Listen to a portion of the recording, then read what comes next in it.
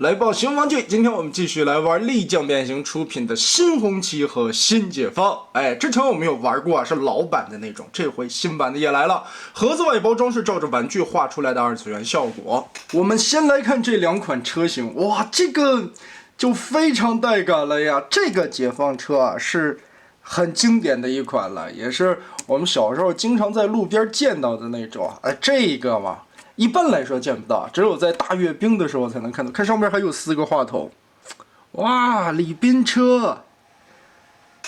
上次我还说，在中国啊，你不管说开什么跑车啦，开什么特别名贵的那种世界名车，都不是身份的象征，只能证明你有钱。而眼前的这一款是全中国身份最高的象征，没有之一。一般人你想见一下都很难，摸都摸不到的那种。哇，这个太牛逼了！加长款啊，推车滚动非常的丝滑，而且是两面有红旗，上面有麦克风。前车帘这里是电镀出来的格栅、保险杠、大灯。前机盖的这个红旗 logo 也是电镀的，上面上了一点红色的漆。这个系列的红旗全身其实都是这种哑光的处理啊，不过轮胎并没有电镀啊，用银漆涂出来的，外边是一圈橡胶。车尾灯这里也是涂装的效果，后边这里可以打开，而且这回的新版车门是可以开的，也是前后开式的，先开一面再开一面。不过里边就没有什么驾驶舱内饰的刻画了，是机器人的部分。车门内部这里倒是有一些刻画，所以跟这样摆放其实也是一种不错的展示。那我们也是直接顺着它就开始来变形吧。先把这两个车门折开，记得开的时候啊，先开前车门，打开，这里边会有一个钩子的锁，再拆这一块翻下去，然后把车顶盖这个地方打开，两条腿左右分开。下边这里有一个盖板，扣起来，翻到车尾部啊，打开这个盖儿，然后把这一块的保险杠双关节折一下，180度再翻折，打出来，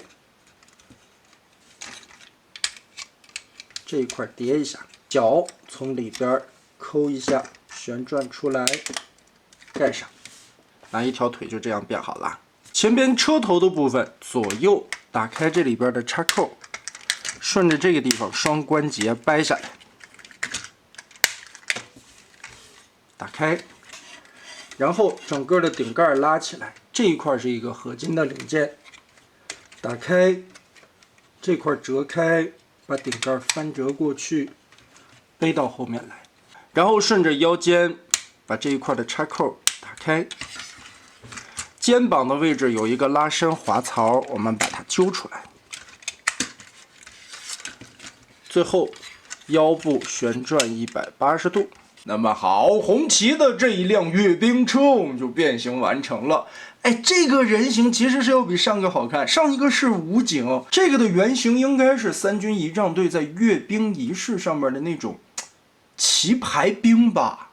如果我没记错的话，就是在阅兵开始之前，他们会扛着旗子一个一个的走过来，然后分成格作为一个标志线。所以呢，这一回配件里边真的会带一个红旗，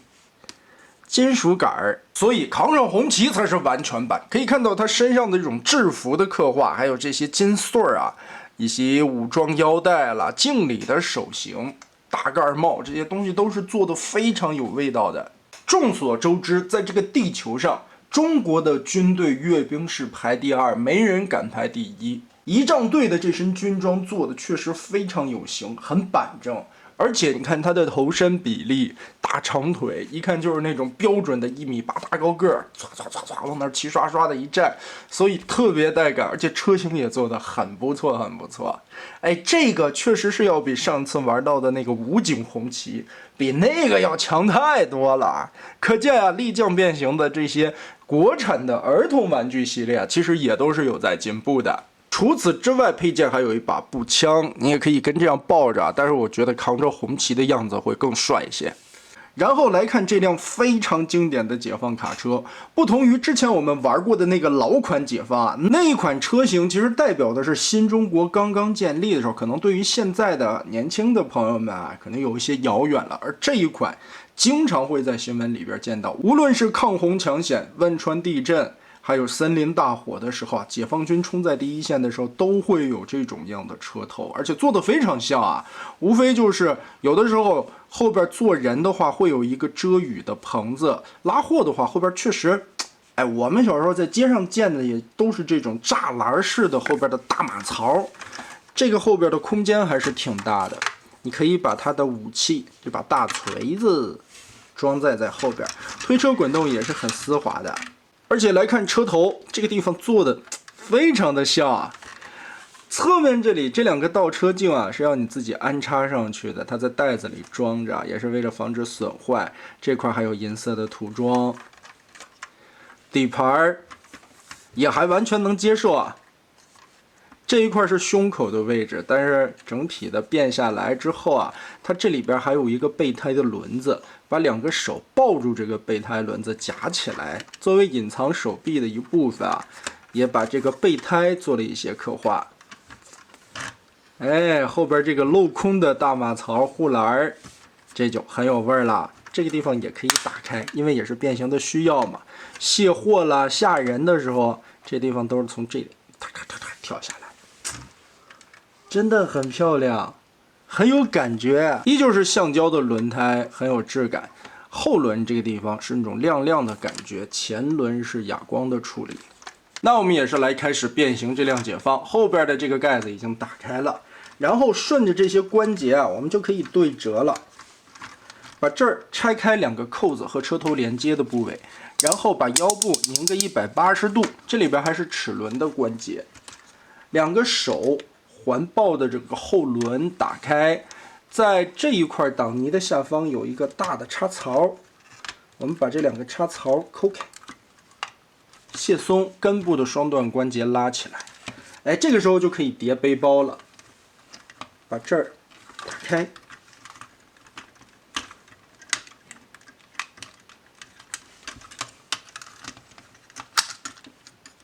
好。叠啊叠，叠啊叠，怎么叠呢？就放成这样吧。然后这个双段关节提一下，放这儿吧，无所谓啊，放哪儿都行。这背包就完全压成这样了，把后边那一个大马槽子就像叠纸箱子一样，一层一层一层一层叠好了。我看这个是不是没搁对？好像就放这儿，哎，这样吧。然后我们来变车头的部分，左右打开中间的卡扣，翻到底盘来抠开这两个盖子的时候啊，注意轮子下方这里有一个锁边儿，边缘有一个小扣子，打松了。这扣眼打松以后，里边是一个球形关节，轮子先掰松，再把这块腿甲打开，里边的膝盖造型翻出来。整体的往开拉，注意这里边的咬合扣点，使一点劲儿把它揪开。哎，双关节往前放，腿就可以放直了。放直过来，其实这里边有一个卡的感觉啊，把它定好位置，揪一下，双关节磨盘旋转往前撸，然后侧面这里有一个小的绿色盖板，抠起来作为遮盖。哎，哎。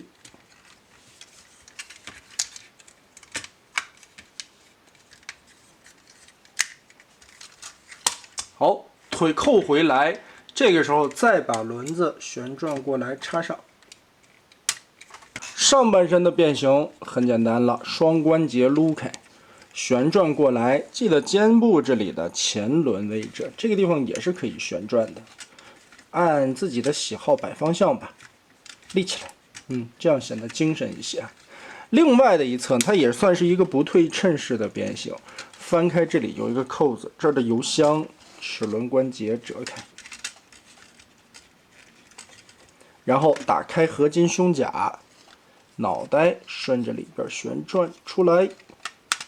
那么好，这辆解放军车就变形完成了，人形看起来也是非常不错的呀。除了后边的这个大板子之外啊，显得有一些背包这一块吧，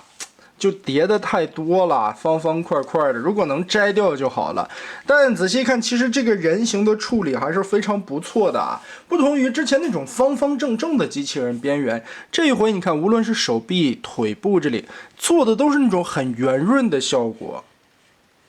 哎，如果用变形金刚里边的这种感觉来说呢，这个就更像外传电影或者08动画和 TFP 的那种风格吧。而且整体身上的这种装甲也能看出来像是特战队员一样，并且这一次的头盔做的也比老解放的那个漂亮多了，很有味儿。胸口这里4个大灯，包括胸甲这里的造型。裤裆上面还有一个大锤子啊，看这个圆润的大腿，哎，这个造型我觉得做的非常的有感觉。小腿是整个的前车头，哎，造型做的也很棒，包括这一块还有一个挡窟窿的挡板。所以新时代的解放卡车做出来了新时代的审美风格，也确实向着现代的那种机器人设计的感觉更去靠拢了一些啊。哎，整体来说这个人形修的比例也是很好看的。把这2款机器人摆在一起看一下，感觉身高方面，哎呀，个儿不小啊，差不多在23公分左右。而且变形其实也是很简单的，但相对来说啊，这辆解放卡车的设计是要比之前的一些产品，还有同时期推出的这个红旗设计稍微的复杂一些的。毕竟它背包那里要叠那么多啊，而且腿部的这个处理效果，我觉得还不错啊。其实能感觉到已经有了一些现在第三方变形金刚设计的一些影子在里边了。因为拿到了车型的正版授权，所以做的也是有模有样。但人形方面，不得不说这一次是要比上次的那2款更要进步很多的，非常符合当下审美的同时，还能做出来那种现代科幻机器人的质感。所以呢，我觉得力将变形啊，虽然说之前大家都觉得这个牌子生产的一些产品都是哄小孩子玩的，或者说是大家概念中很 low 的那种线下小商品市场产品吧，但也能明显的看到他们的产品在一点一点的进步。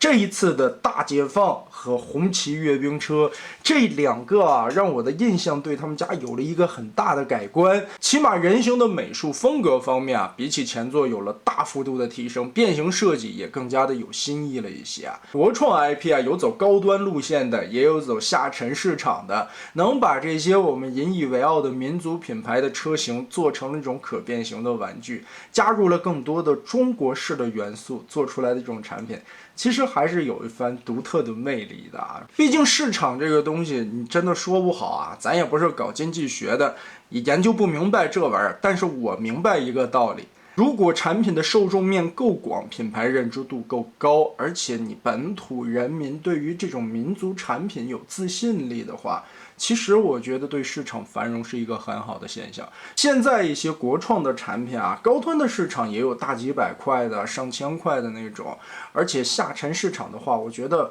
能把下一代的小朋友们便便宜宜几十块钱的玩具，也从小在潜移默化的影响他们对于自己国民品牌的一些认知的话，我觉得也算是一件很好的事情。但就目前的市场来说啊，我个人看到大部分都是这种军事方面的这种相关的题材，可能也是因为军迷的基数群体会比较大吧。其实我个人有一点私心啊，也是希望能把一些民族化的东西、文化相关的这些东西，也都能做到魔玩线里边。到今年的 WF 展上面，我看到了有好多人偶类的相关题材，包括黑神话的爆火嘛，相关的这些人偶作品也在推出。所以呀，5000多岁的蓝星老人家，老祖宗留给我们的文化底蕴，其实还有很多很多。仅仅是一款黑神话悟空的游戏，就能翻出来那么多祖先的遗产。其实我们各行各业的这些领域还有待挖掘的东西更深更深，闲扯的也有点多了。回到这2款玩具，便便宜宜给孩子玩其实也不错，变形毕竟简单，做工用料还可以，力匠家的玩具料子倒是挺厚实的，性价比方面很高，就算你不变形，把它摆成2个车模也是非常漂亮的。那么得嘞，这一期咱们就玩到这儿吧。